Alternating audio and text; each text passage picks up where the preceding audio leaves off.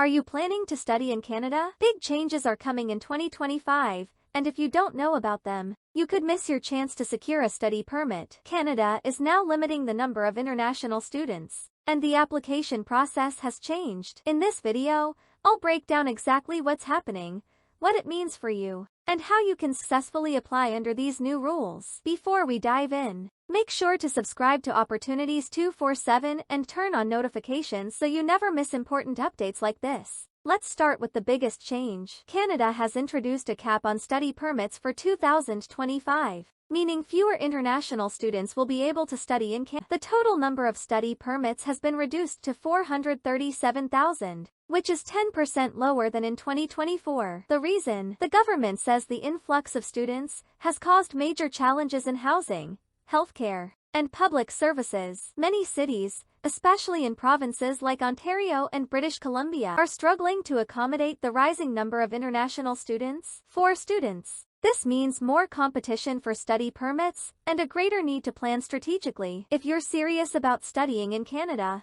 you need to be aware of which provinces are accepting more students and which ones have stricter limits. Hit the like button if you still believe Canada is the best place to study. Each province in Canada has been assigned a specific number of study permits. If you're applying, it's crucial to check how many spots are available in your preferred province. Let's take a look at some key numbers. Ontario has the highest allocation with 116,740 study permits. British Columbia follows with 53,589 permits. Alberta, Manitoba, and other provinces have lower allocations. Meanwhile, Quebec is exempt from this cap, which means students applying there won't be affected by the federal limit. Why does this matter? Because if you're planning to study in a province with fewer available spots, your chance of getting a study permit may be lower. It's important to choose wisely and consider applying to less competitive provinces with higher approval rates. Comment below, which province are you planning to study in? Now, let's talk about a major requirement for undergraduate students,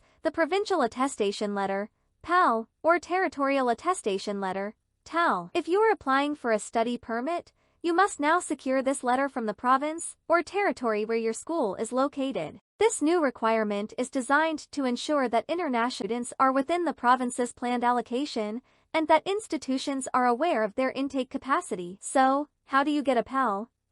The process varies by province. Some provinces may issue these letters through universities, while others require students to apply separately through a government portal. If you don't have this document, your permit application will be automatically rejected. Need help with this process? Drop a comment below and let me know. Now, not everyone is affected by these changes. Graduate students, those applying for master's or PhD programs, are generally exempt from these new rules. The same goes for primary and secondary school students and workers who are transitioning to permanent residency. This means that if you're applying for a master's or PhD, you don't need to worry about obtaining a TAL, and your application process remains largely the same. However, if you're an undergraduate student, make sure you double-check your province's requirements before applying, as misstep could cost you your study permit. If you're a master's or PhD applicant, type "I'm exempt" in the comments.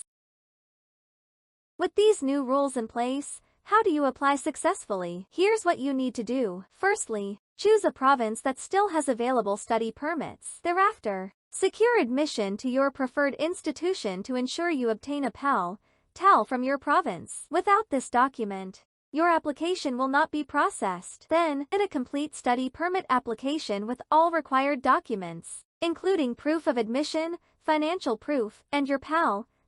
Finally, regularly check for updates from your province. Some provinces may issue TALs on a first-come, first-served basis, while others may have a structured approval process. Want a detailed step-by-step guide? Subscribe now so you don't miss our next video. Many students miss their chance because of simple mistakes. The most common errors include applying too late, choosing a highly competitive province, and failing to submit a TAL.